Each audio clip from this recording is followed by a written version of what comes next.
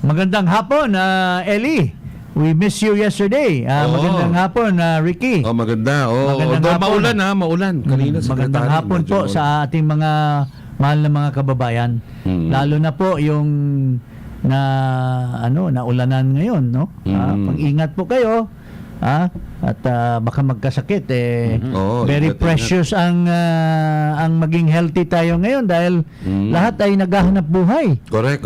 Dahil sa hirap ng buhay, kailangan tayong kumayod. Kung pwede pang magdoble ang trabaho, gagawin natin because there's so much inflation, less goods in the market, but goods are so pricey. Oo nga, Secretary, pumapayat na ako katatrabaho. Oo nga. Ikaw pero makapalang bulsa, Secretary. makapalang bulsa, Yung iba dyan, nag-go-golf.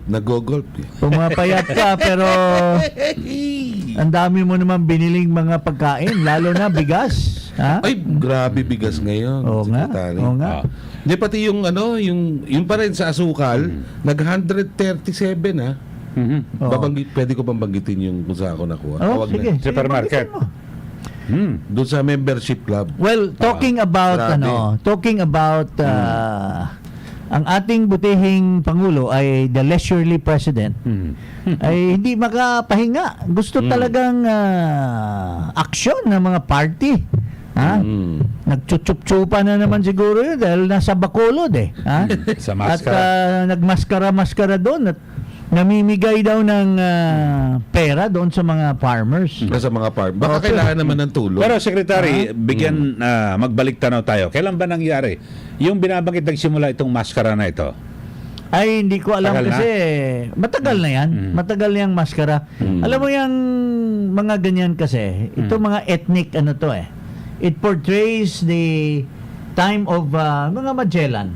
Kasi mga basically ati-atihan yan. Pero celebrated sa lahat ng isla yan, sa Negros. Hindi, Bacolod, that's a Bacolod. Bacolod lang. Maskara is a Bacolod festival. Bacolod yan sa Dumaguete. Tulad ng mayroon ding Iloilo, mayroon ding Capiz. Sa Cebu May naman, iba naman ang sa Cebu. It portrays our historical yung conquest ng mga Kastila sa mga natives. So mga mga dancing ng ba't mga sila natives. nagmamaskara? Anong meron? Maskara is a form of yung ethnic yung 'di ba pagka mga warriors naglalagay ng mga something like that, 'di ba? Okay. So ito base sa kay Google. Itong Maskara Festival, 'di ba? Isang annual festival diyan po sa Bacolod at siyempre mga kababayan, ang binabanggit talagang mas naging kilala ito sa mga lokal ng mga Pilipino at mga dayuhan. Merong inuman, konting kasayahan, talagang party-party sa mga city streets for over 40 years. 80s ito nagsimula at ang sinasabi, Maskara Festival was born out of a crisis and tragedy when the prices of sugar, the primary livelihood source, were at an all-time low.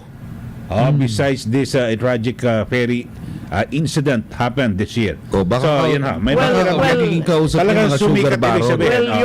Yung founding yan. Pero yung highlight kasi niyan, yung mga dancing yung contest mga- ng mga barangay, magpuproduce sila ng sariling contestant, ganon. Yun ang highlight Secretary, niya. sino nag-i-sponsor niyan? Mga sugar baron? No, that is Local government. the city of Bacolod. Ngayon noon ba ang Negros saan? run by Albi Benitez, yung bagong mayor. Bago.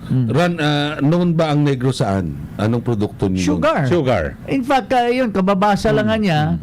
And it was really sad because during the Marcos time, the sugar was monopolized by Marcos crony by the name of RSB, Roberto S. Benedicto.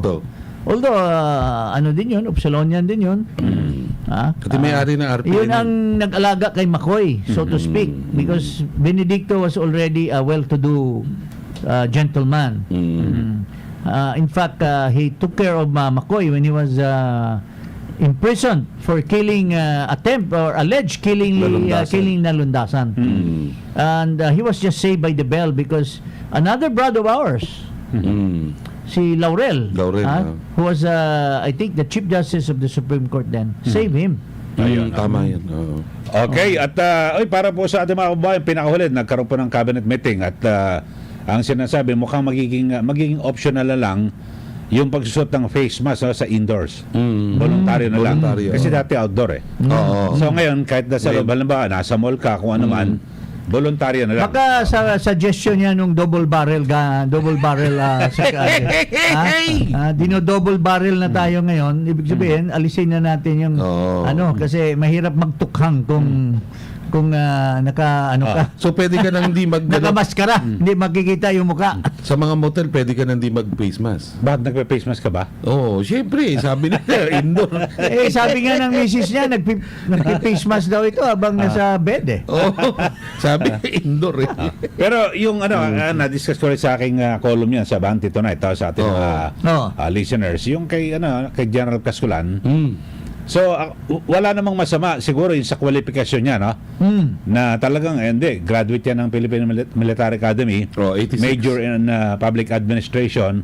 Pwede niya magamit, kaya lang yung issue ng delikadesa rito kasi pwede kong ihalimbawa yung binabanggit ni Director Paul Soriano, Secretary Jing, ini-offer sa kanya ni BBM pero tinanggihan niya. Sabi niya, hindi ako nararapat dyan, mas may karapat dapat na tao para dyan. Okay. At least may delikadesa. That's good. Diba?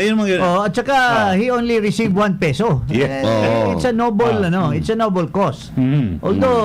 Although at the end of the day, what's the significance? Tatanggap ka ng pwesto tapos 1 peso. I mean, what's in exchange? Lahat naman tayo, kung google tayo ng we should be pero siguro compensated, di ba? Pride, at least masasabing secretary. Well, I don't know. I mean, it's not normal. But well, I salute to him. If that is true, that he's only getting 1 peso, and he really show his work and his worth, then we salute to him. Pero yung in-offer nga sa kanya na press secretary, di ba, tinanggay niya. Ibig sabihin, talagang ang inamin niya na mas may karapat dapat. Ganon din siguro sa pagiging undersecretary. Kasi, di ba, talaga may naukulan ba sa Department of Justice? Siguro dapat naman talaga abogado. Kasi pinag-uusapan niya, Yeah, I'm thinking of spokesperson or press secretary. Kawawa naman yung mga pangalan na binulat-lat nila sa publiko. At yet, because of the slow grind in that office in Malacanang, kawawa man. Yung kaibigan ko, si Mike Toledo, is very competent. Sasabihin na yung pangalan, yung Cesar Chavez, pinagsasabi. Now, if they have not appointed, it would seem that an insult to those people na, at the end of the day, di pala sila qualified at ang yung garapil lang ang Garapil. garapil yun lang palang qualified. Well, di naman kasi OIC pa lang Tsaka, kaya nga, pero ang kanyang permanent na position, undersecretary. LTF. Undersecretary, tama ka. Pare, what would prevent she is now doing that work? What would prevent na ma-recognize siya at i-elevate siya? I mean, but why divulge those names and yet you don't appoint, di ba? So, yan ang Si point Cesar ko. naman, undersecretary ng DOTR. Pero binanggit ni Secretary Jing, dapat mag-appoint na kung sino. Kasi binabanggit yung mga pangalan yan. At the end of the day, hindi ma-appoint yun. Para pang insulto pa sa kanila. Kasi those people will sacrifice themselves to accept a thankless job in Malacanang. Pero diba? Secretary, gaano ba kahalaga na kasi may get 100 days na, di ba? Na mapunan ka agad lahat ng mga pwesto. Kasi lalo na sa gabinete. Yung balita. Yesterday nga, we were talking in your absence. Okay. Tinanong siya, bakit OIC lang ang nilalagay? And we commented nga doon sa comment niya. I don't know if not, wala si Eli, baka pwede nating i-repeat yung comment kahapon and we'll let you know. Nandiyan pa ba yung natin, yung video kahapon doon kay Ginoong Marcos? So, sinasabi niya, saka lang daw siya maglalagay ng permanent kung na-normalize na. Hindi pa ba hindi ba normal? Bakit abnormal pa ba tayo ngayon? Ha? Maybe personalities are abnormal but not we are now in normal times, no? Kasi nga sa 'di ba, pagkatapos nga ng EDSA Tatanggalin mo. Tatanggalin mo na nga yung mga mask eh. So we have normalized our country. Now, kung tutuusin mo yung sinasabi niyang hindi siya maglalagay and turn normalize, that's a reverse. Di ba ikaw, Eli, pagka nagtayo ka ng opisina, kailangan mong lagyan ng permanent na manager? Yes, lahat. Para posisyon, mga key kasi kung OIC lang or walang poder 'yon. Paano ako gagalaw? Paano ako ng so hindi 100%. Hindi 100% yung all out. ibibigay, Oo. Kaya nga mali yung sinasabing ino-normalize mo muna bago ka maglagay. Maglagay ka na, Mr. BBM, para yung taong ilalagay mo na permanente, yun ang mag-aayos at maglalatag ng magandang organization, magandang operation dyan sa DOH or sa instead of putting the right person, naglagay ka pa ng controversial person. Tingnan mo yung komentaryo ng mga Association of Health Workers. Do we have that? Anong reaction nila sa appointment na bago? Tapiro, nasaan ka na ba? Ayun. Okay. Ayun wala. Ayun. Pero ang balita ko din sa sekretary, mukhang tatanggalin na yung mga OIC. Ibig sabihin, mag-a-appoint na after undas. Yan ang... Bakit yan. Cascolan's appointment is a huge insult to our health experts who are most qualified to administer and run the affairs of the DOH. Okay nga, sinasabi nga natin, ito, basahin lang muna natin. Health workers prefer an undersecretary who has a clean track record, not a red tagger, one whose hands are not tainted with the bloody drug war, and one who truly upholds the rule of justice. They want to work with a health undersecretary who is an expert in eradicating deadly and infectious diseases, not an expert in violating human rights. Well, these are the leftists, no? Pero coming from a regular Filipino citizen, ang comment lang naman dyan, sayang yung kanyang talent or competence. He could have been harnessed in another department. DILG. Pwede. Or sa PDEA or Napolcom. Kasi sa Bucor o kung saan man. Sa Bucor, pwede siya sa Bucor. Kapalit ni Bantag. Kapalit ni Bantag. Or meron na lang si Katapang, ha? Nga pala. Okay naman yan si Katapang, matapang yan. Matapang. But ito yung point natin. We are not saying na hindi siya qualified as an official or administrator. Wala tayong sinasabing gano'n. Pero ang sinasabi niya, is it appropriate for his is that position appropriate for your capability? You can be able to maximize in other field. Correct. Diba? Tama. Kasi minsan, sekretary, delikadesa din yan. Halimbawa ako sa offer. Boss, hindi ko linya yan eh. Diba? Hindi ko linya yan. Yung sinasabi namin kahapon. Pwede doon. Ang nakikita tuloy sa tao, first, dalawa. Yung nag-appoint sa kanya, incompetent. Yung in-appoint, walang delikadesa. Yun.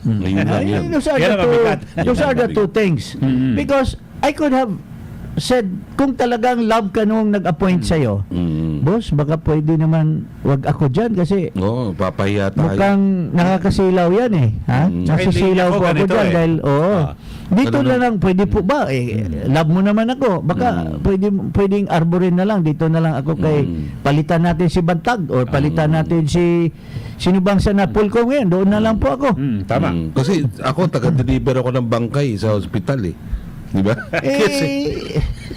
Ang nakikita tuloy, alam mo, with your respect po, General Cascolan, maayos po kayong tao, nire-respeto kayo namin, pero napag-anuhan ka kayo tuloy ngayon, pinagbibiro ka, nilalait ka, which is not called for. Ha? Tama. Uncalled for yan para sa'yo. Pero because of accepting that, katulad kahapon, napagkatuwaan ka namin ni Ricky kasi, well, I don't know you personally, pero we could always... Hindi ako na-meet ko na yan. we could always surmise, kagaya nan, sabi niya, dahil sa double barrel, ano yung sinasabi mo?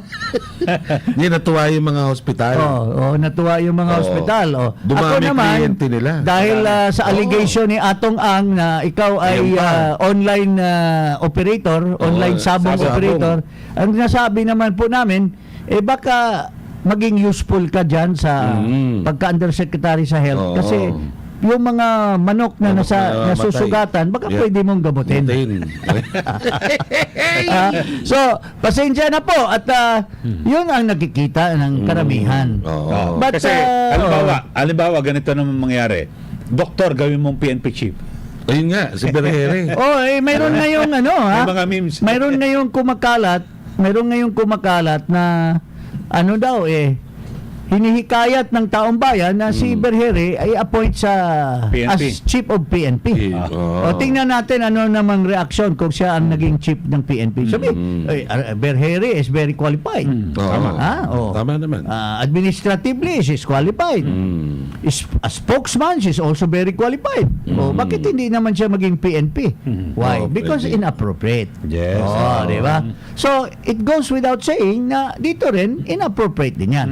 Now, with due respect to my good friend, Janet Garin, kasi pinag-comment siya, approve daw siya dyan. Well, she's entitled to her opinion. No? Pero, ang karamihan po, tingnan nyo sa social media, does not agree. Pero Secretary, ibang nag-approve doon, hindi dahil sa kay Kaskulan. Ayaw nilang kontrahin si BBM. Ako, yun ang basa ko Natatakot lang silang kontrahin ng Pangulo. Yes. Kasi natatakot sila mag-comment, lalo na baka mawalan sila ng pork barrel. Ganun lang naman yun Pero hindi sa si Kaskulan hindi inappoint niya ng Pangulo So yun ang kanilang inaprubahan, yung pagkilos ng Pangulo. Hindi baka sa kay mamaya Kaskulan. mag-comment tayo, it's an affront against the wishes of BBM.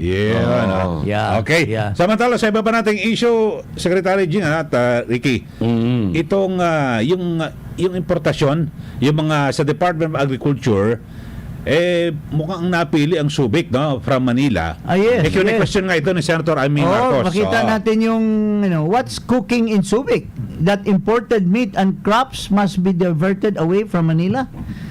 Masama daw ito kasi we're already importing all kinds of food.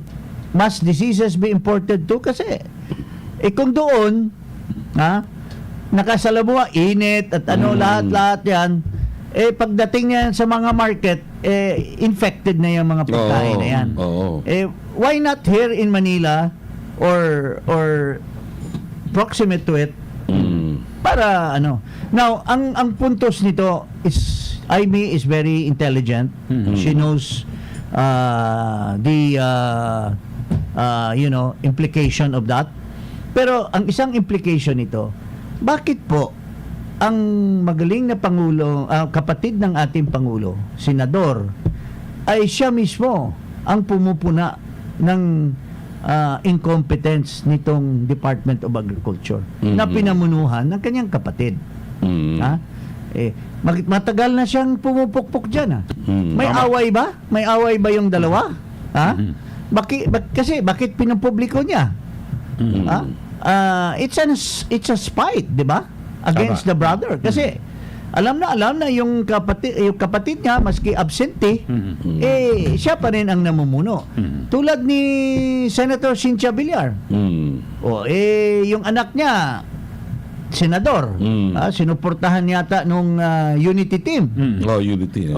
Pero bumabanat si Cynthia Villar. Not because she's playing politics, but because she's identifying DA as an incompetent department. So, naisip mo ba bakit nga daw mag-i-import pa ng fertilizer? Oo nga. Dami naman organic fertilizer tapos dito. bakit pa tayo kukuha ng hybrid rice?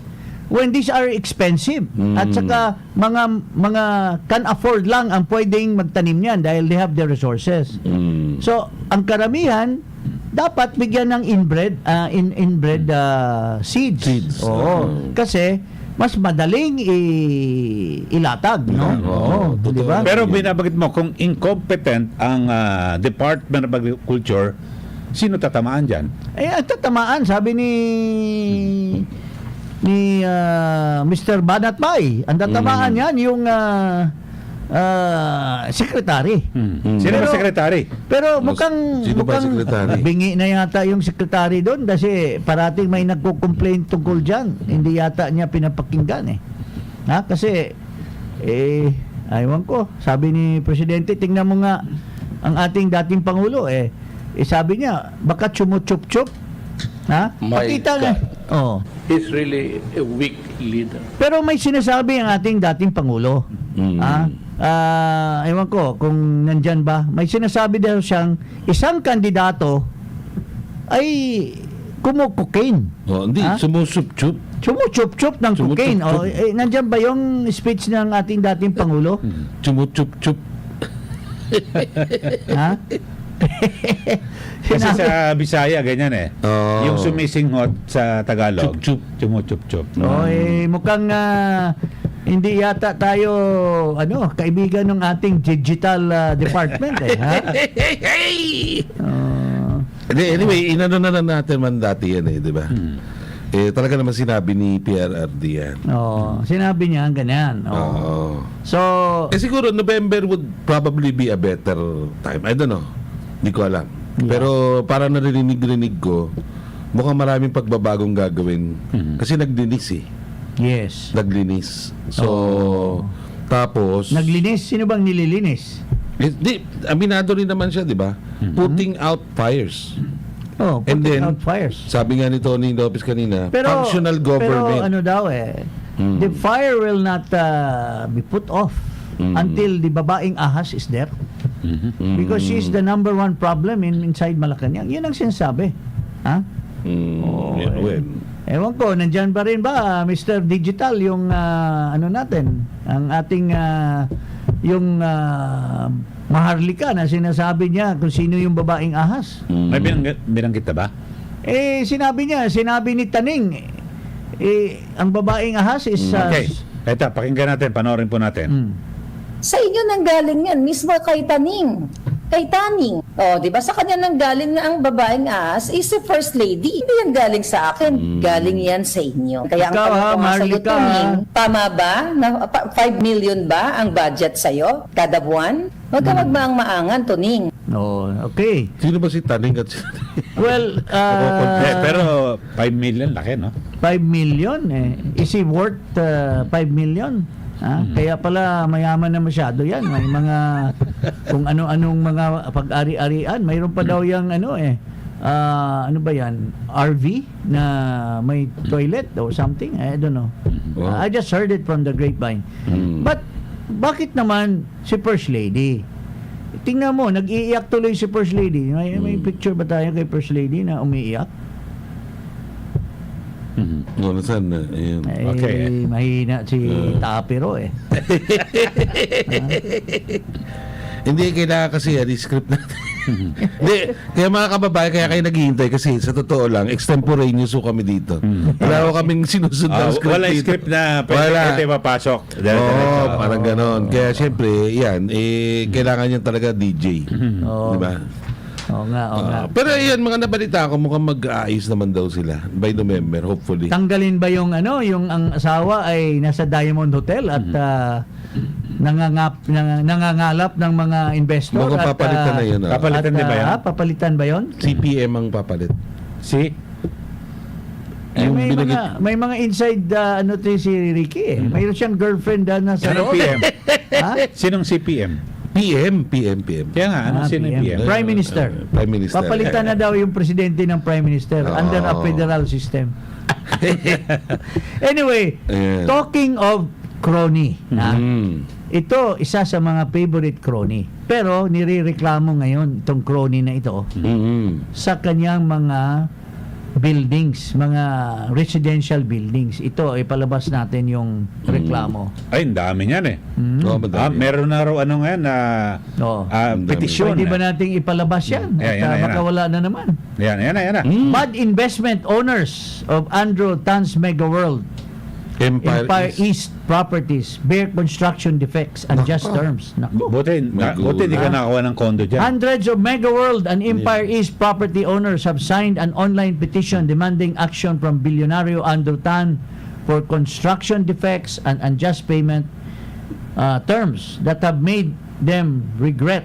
A Facebook group called Mega World Peace Buyers started a petition on Charge Organization detailing the litany of problems in Mega World and Empire East properties. These include leaking ceilings and balconies, Grabe. long delay in turnover of units, and gaps in documentation and financing. Mabigat ang problema na yan kasi Wow. kung ikaw ang bumili, halimbawa condominium, And the developers refuse to issue full refund Yun. even if they fail to deliver the unit or develop the condominium project according to the approved plans. Can you imagine, Mr. Andrew Tan? Mahiya ka naman, boss. Sobra ka nang nagpapayaman, bili ka ng alak, kumpanya ng alak dito, bili ka ng lupa, patayuan mo ng building, mga malls, pero ang taong bayan po natin ay binabasura mo. Mahiya ka naman, Mr. Andrew Tan. At kasi- saka, bakit pala itong anak nito ay kumakaibigan ni BBM? Tingnan natin, may picture ba, Mr. Tapero? Okay, pero dito ang pinakamatindi rito yung mga bumili, ba OFW ka. Totoo Di yun. ba? Buwan-buwan binabayaran mo tapos hindi pa nakukuha yung unit, hindi pa napapakinabangan. Ayan. Ayan, Diba? Ayan tingnan na. mo, ha? Kasama sa F1. Nasa Oh. tuktok, nasa tuktok. Nasa tuktok, ito. Ha? Ayun, yung Kevin Tan, yun ang butihing anak nitong super bilyonaryo daw, ha? Na Andrew Andrew Tan, Tan. na may-ari ng Empire East, mga Mega World Properties, nakipagkaibigan kasi alam niya na ang mga taong bayan na mga mahirap na bumibili ng mga kondo sa kanila ay mag-aalboroto. Kaya sabi siguro, boss, baka mag-alboroto yung tao, saksuluhan mo ako, crony mo naman ako eh. Sige, okay lang. Okay lang. Ganun eh, ha? Kachup-chup eh. Chup-chupan mamaya. Kita mo, ha? Hindi, bakit ba nagkaganyan ng Mega World? Yan ang kailangan siguro tanongin natin. Kasi walang pagmamalasakit sa kababayan. Gusto lang, in fact, mayroon akong isang kaibigan, si Attorney Levy Labitog. Ewan ko kung nagkaayusan na sila. Gustong agawin yung property niya. Inoperan siya ng 500 million. Ayaw niya, malapit pala sa isang PNP chip. Pinaraid yung property ni niya? nito. Sa probinsya? Dito. Dito mismo? Sa metro, sa may New Manila. Can you imagine? Ay, Napakalakas nitong taon na to. Pati Pinaray. si Secretary Anyo, malakas pa rin din daw ito. Ha? So kawawa naman si Attorney Labitog. Ha?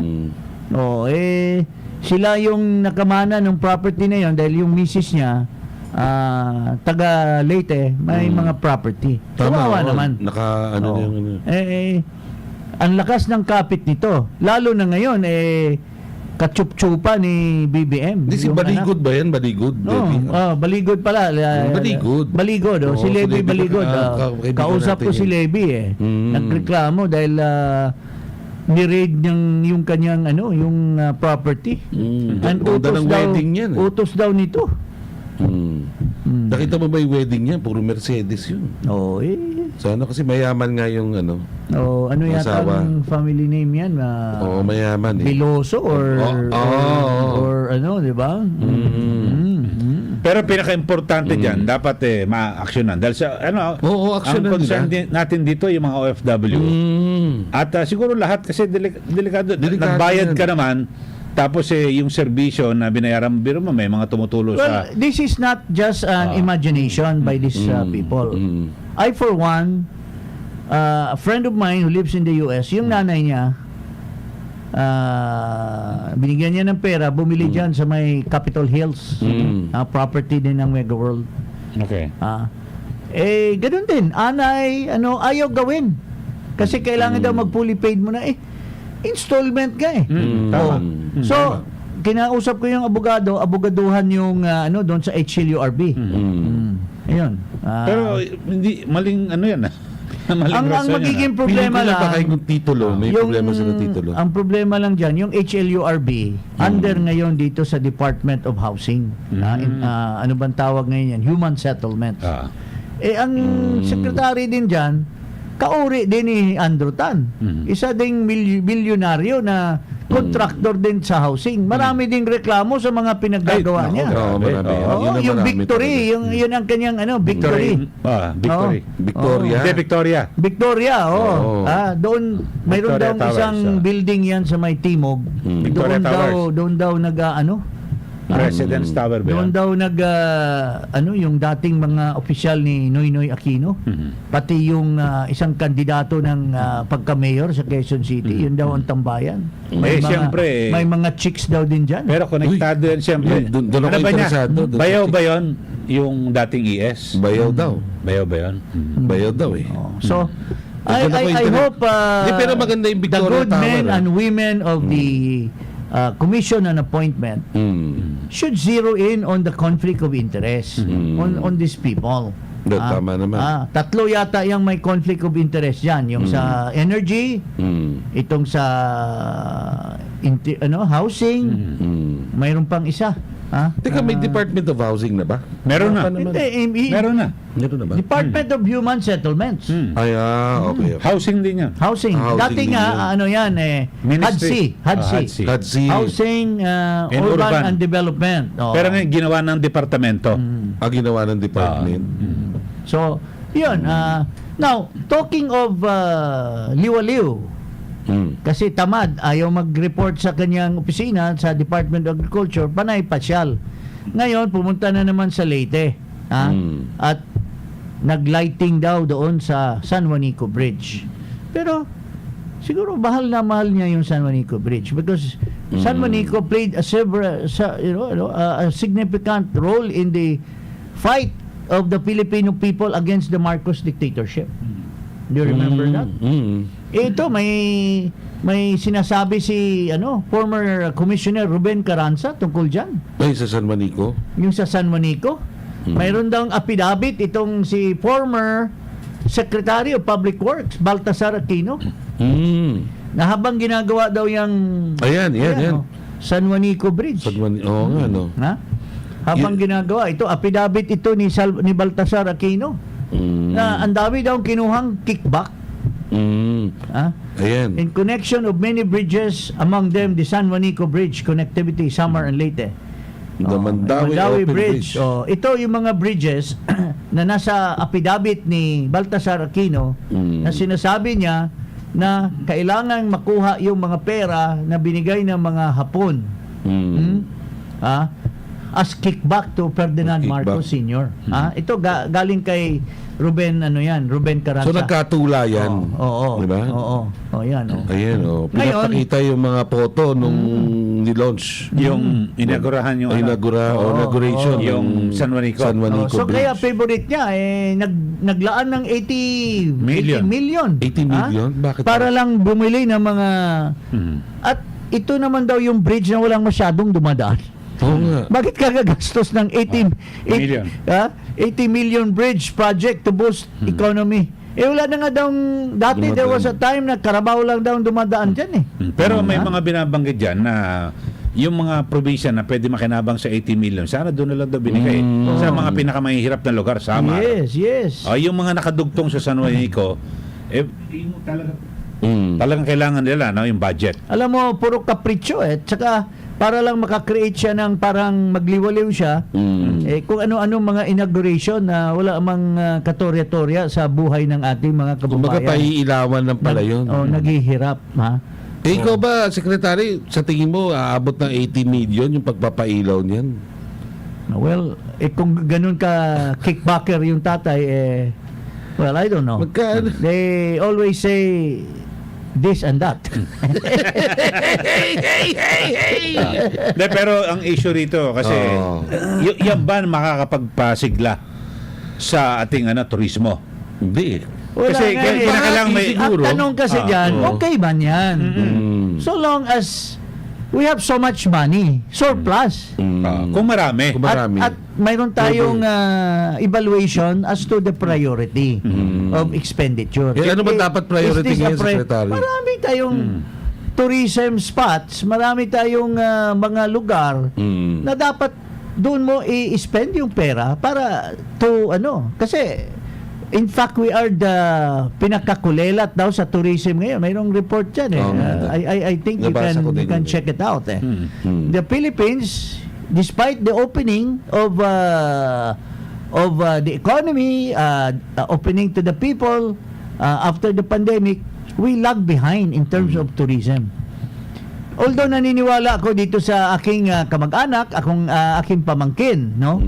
Na Secretary of Tourism, kasi yung mga pamilya niyan, mga Garcia, mga Parasyan ang middle name niyan Oo. incorruptible yung mga tao Oo, na yan. incorruptible. Anak ni Tama naman. apo ni Chupabling yan. Hindi. Pero kailangan na magsikap. Oo. Magsikap tayo sa tourism.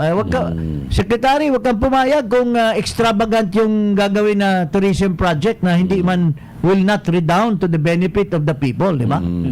Puro lang extravagance, gastos, tulad ng extravagance in Singapore and in New York. Parang ganun. Kasi yung biro mo, magagastos ka ng 80 million. Dapat, ano babalik nun? Yun nga. Yung ROI. Dapat ROI. Ang Tama balik naman. doon, nag-enjoy siya. At memorable kasi ito yung bridge ng tatay ko. Ito yung bridge na Pinakamahabang ito ano yung bridge na Pinakamahaba. galing probably sinabi niya Pilipinas. ito yung Sa bridge Pilipinas. na mayroon katiting ng pera na ginastos namin sa London. Pagpaaral sa akin. Oo. Oo, sabi ni Baltasar Aquino yan Yun ang Eh, sabi. ba't pa siya nag-aaral sa London? Ha? Ha? Kasi malamig daw doon.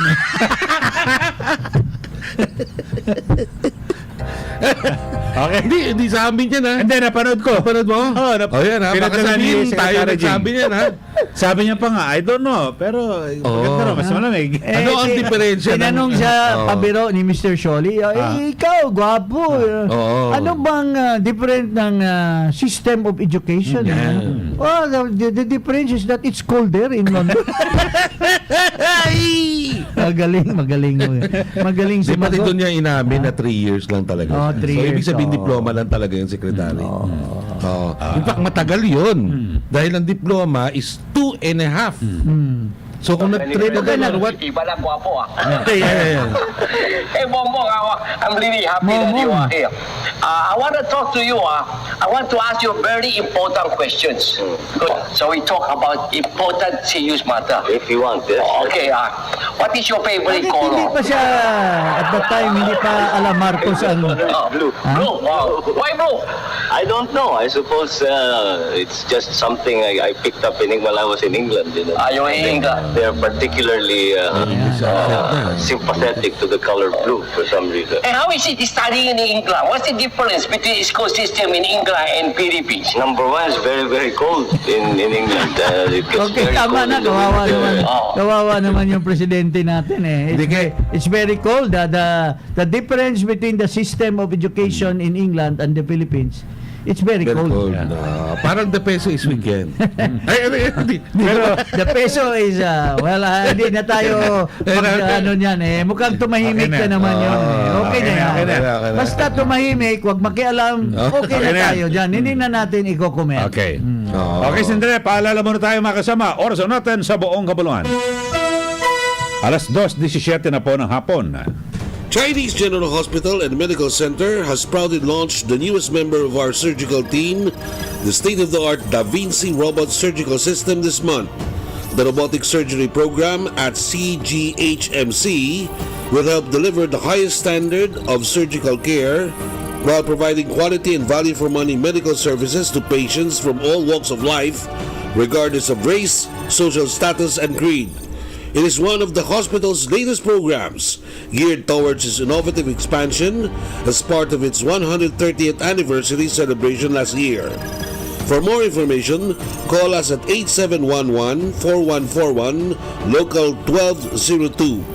That's 8711-4141, local 1202, or hashtag CGHMC Robotic Surgery.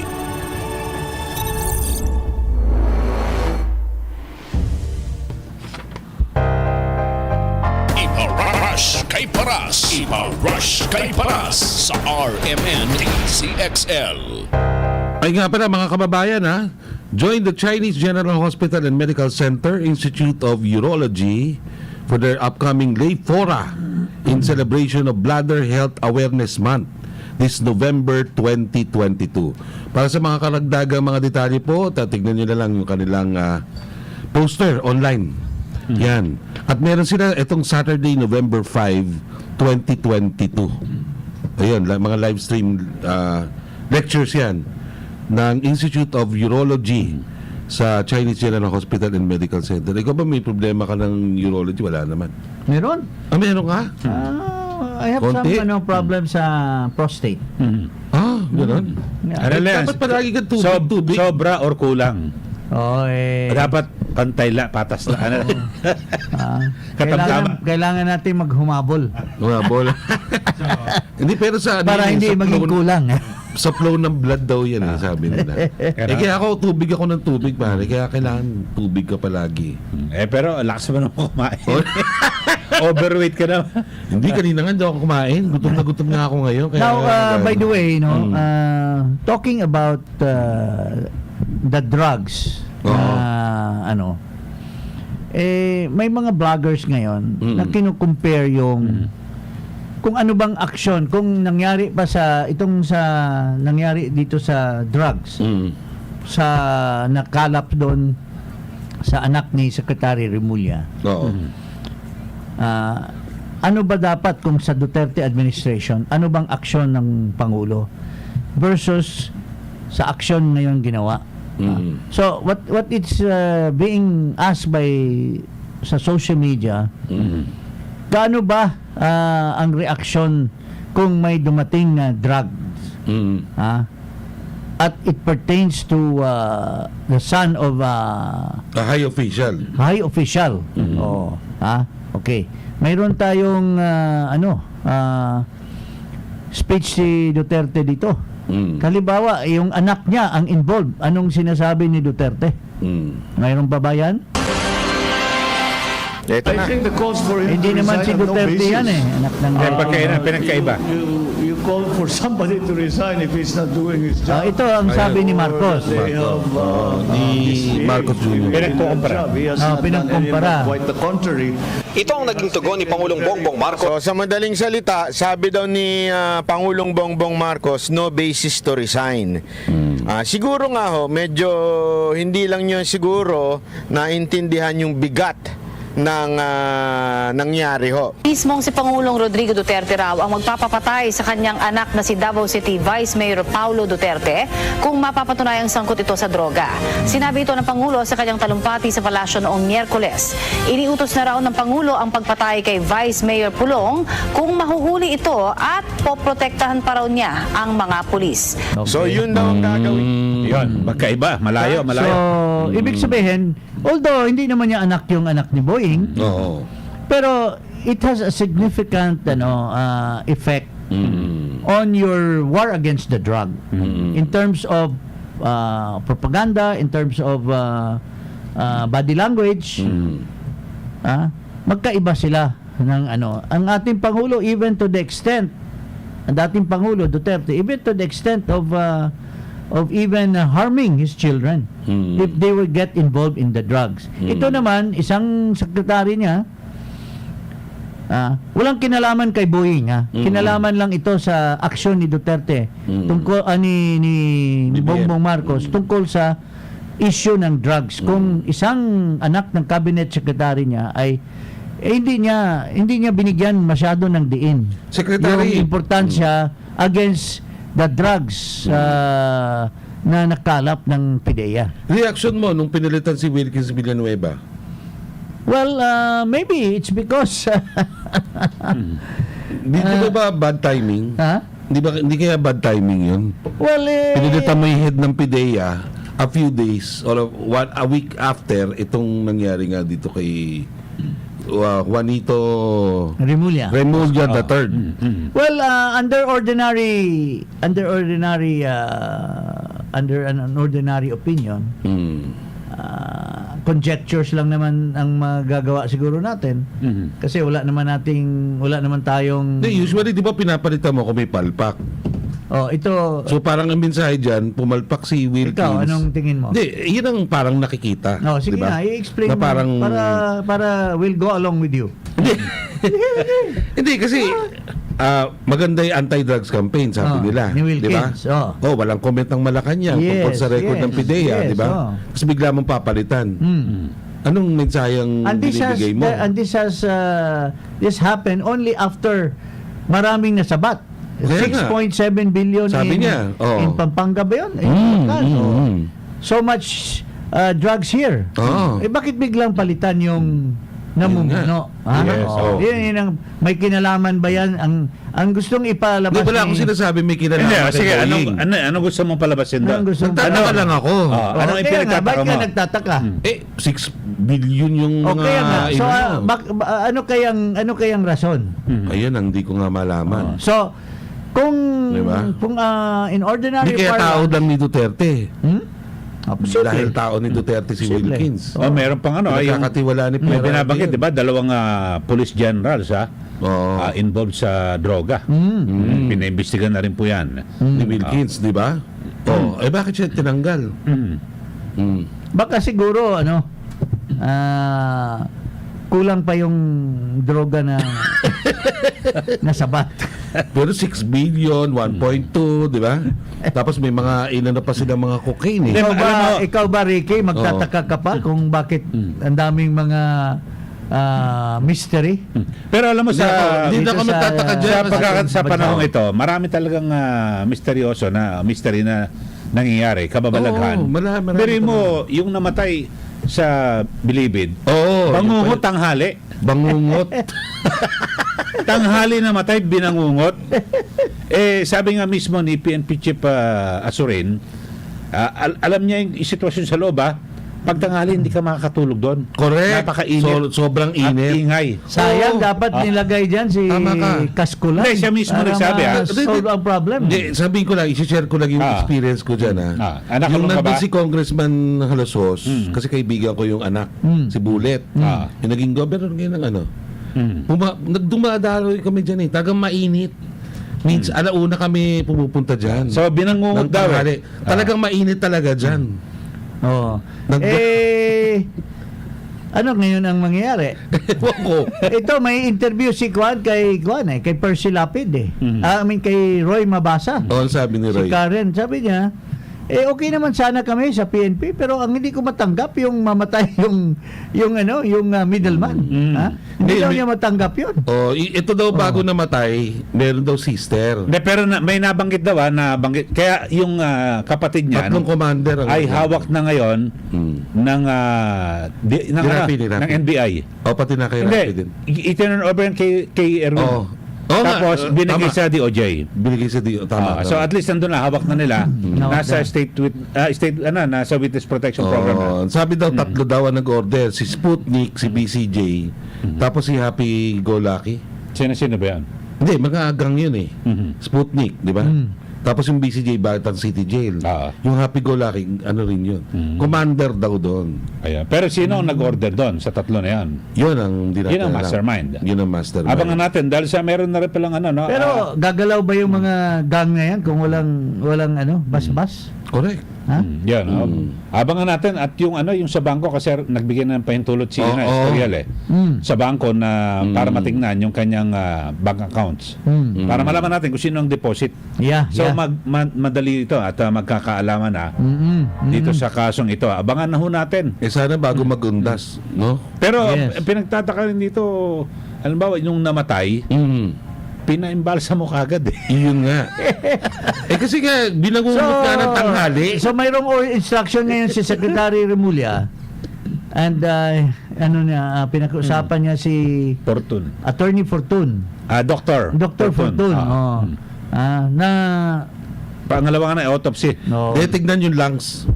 Kasi duda ko dyan. Kasi baka pathologist tinakpan. to siya Talagang yung kahit na-imbalsa mo yan, kaya eh. Kaya, Totoo Kaya yan, pa. totoo. Pero sabi niya, kung talaga hindi na-imbalsa mo, mas madali sana. Oo. Yes. Titignan lang naman nila yung lungs eh.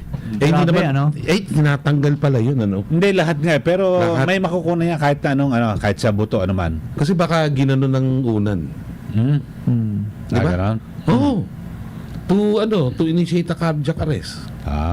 Baka ganun. Pwede. Di ba? Kasi, Tapos, di ba natutulog siya, binangungot. secretary. Tapos pinalabas na binangungot. Cardiac arrest. Binangungot. Hindi, tingin ko kaya binangungot din yun kasi alam niya kung ano mangyayari sa kanya. Hindi, bangungot yung nangyari sa kanya. Pero alam mo, Oo. ako duda pa rin. Duda pa rin ako sa yung middleman na yan. At duda pa rin ako dito sa murderer kasi pwedeng ito lahat ay planted eh. Alam mo, ang bottom Pwede line rin. nito, ang bottom line nito, dahil sa mga circumstances na na-discuss na natin. Una, doon sa Bureau of Customs. Bakit ngayon lang? Bakit sininggle out yung anak ni Boying? Pwede, bumalik na ulit tayo doon kay Boeing. Oo. Bakit sininggle out? Pangalawa, doon naman sa PDEA. Bakit sinasabi ng PDEA na hindi alam nung mag-control delivery na yung si Remulla, anak ni Boying Remulla?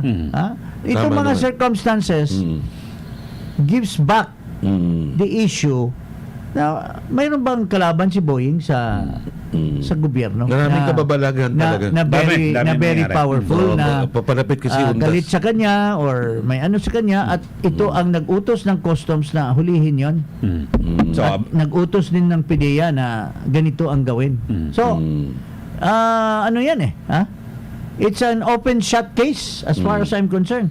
Kaya lang sila mabasa, sabi nila, okay lang yun. Okay lang yan. Siyempre kasi wala kang magagawa, victims family. Tapos, by the way, Secretary yung brad mo, si Direk Malbar. si Art. Hindi si Art. Yung director. Meron siyang film showing sa National Museum bukas. Sinong balbar yun? Alas 3. Si Direk Gabi Malvar. Gabi Malvar. 80 something.